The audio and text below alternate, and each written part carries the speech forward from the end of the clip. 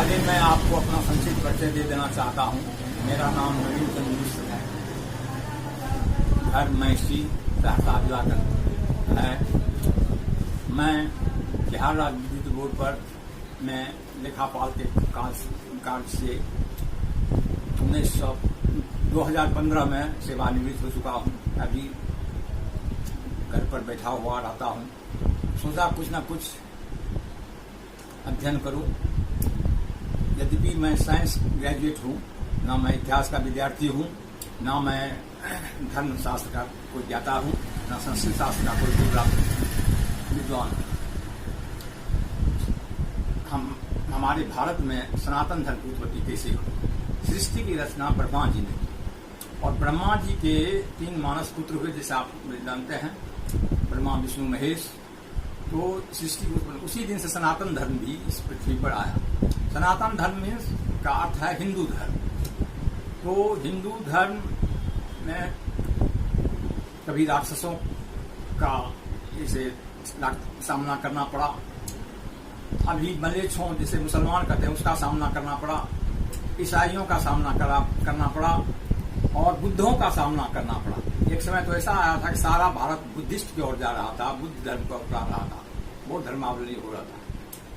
उसी समय आदि गुरु शंकराचार्य सनातन धर्म के प्रचार के लिए दक्षिण से उत्तर भारत की ओर प्रस्थान किए। उस समय न कोई रेलगाड़ी थी, न रिक्शा, टमटम, मोटरसाइकिल इत्यादि थी। वो पैदल मार्च ही किए। आते आते काशी आए तो उन्हें पता चला कि बिहार के सहरसा जिला के अंतर्गत मैसी नाम का एक गांव है, जहां बहुत बड़े विद्वान पंडित मंडन मिश्र और उनकी पत्नी विदुषी पत्नी भारती रहती है। वह पैदल यात्रा करके मैसी पहुंचे। तो एक पनभरनी जो मंडन मिश्र की पनभरनी थी, मंडन मिश्र के कुएं पर पानी भर करके ले जा रही थी। उसे आदि गुरु शंकराचार्य ने पूछा कि मंडन मिश्र का घर कौन है? तो उसने संस्कृत में ही जवाब दिया, स्वतः प्रमाणम प्रतः प्रमाणम रूप गिय मानव शिष्योपि शिष्य गिरांगना जतु गिरो गिरंती वे हितंग मंडन मिश्र धामम घो पंडित।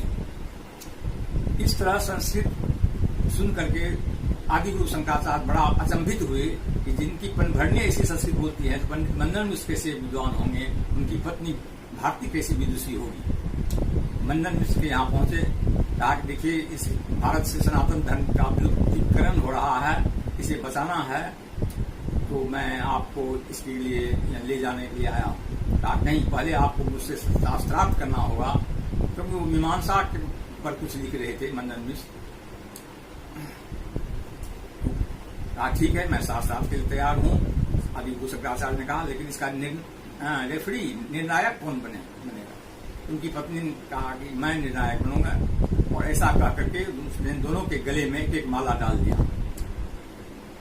7 दिन तक लगातार शास्त्रार्थ हुआ। पंडित मंडन मिश्र का माला मुरझा गया, अर्थात पंडित मंडन मिश्र पराजित हो गए। आदि गुरु शंकराचार्य ने कहा, हे पंडित मान्यवर मंडन मिश्र जी, आप तो पराजित हो चुके हैं, अब आप मेरा शिष्यत्व ग्रहण कीजिए, सनातन धर्म के प्रचार के लिए भारत भ्रमण को चलिए। उनकी पत्नी का ठहरिए आदि गुरु।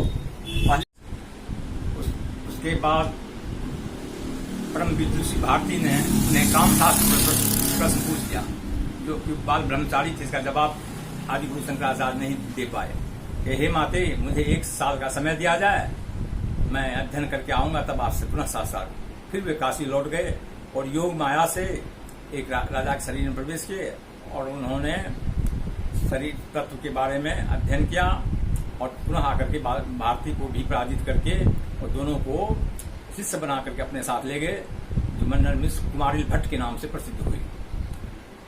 सनातन धर्म जो है उसे सब वेदों में लिपिबद्ध किया गया है। आप जानते हैं कि 4 वेद हैं, सामवेद, यजुर्वेद, अथर्ववेद, ऋग्वेद।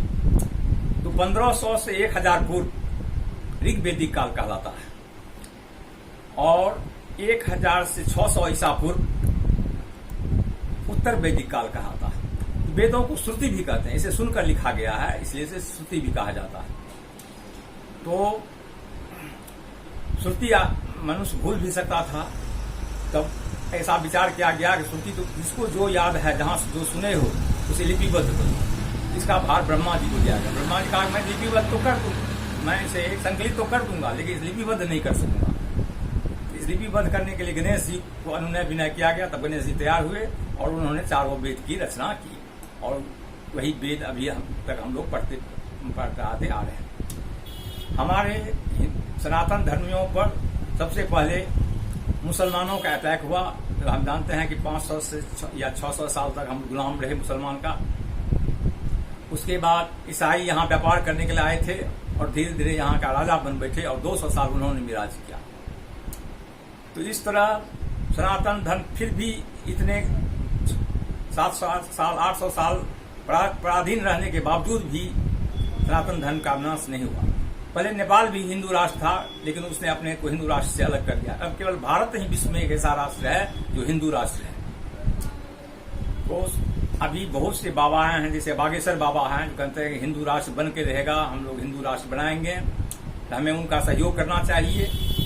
मैं ये नहीं कह रहा हूं कि बागेश्वर बाबा जो कह रहे हैं वो क्योंकि वोट के लिए राजनीति होती है। मुसलमानों को भी खुश रखा जाता है, ईसाइयों को भी खुश रखा जाता है, अन्य धर्मावलंबियों को भी खुश रखा जाता है। तो आप जानते हैं कि पंजाब में उग्रवादी पैदा हो गए, जिसे खालिस्तान चाहिए।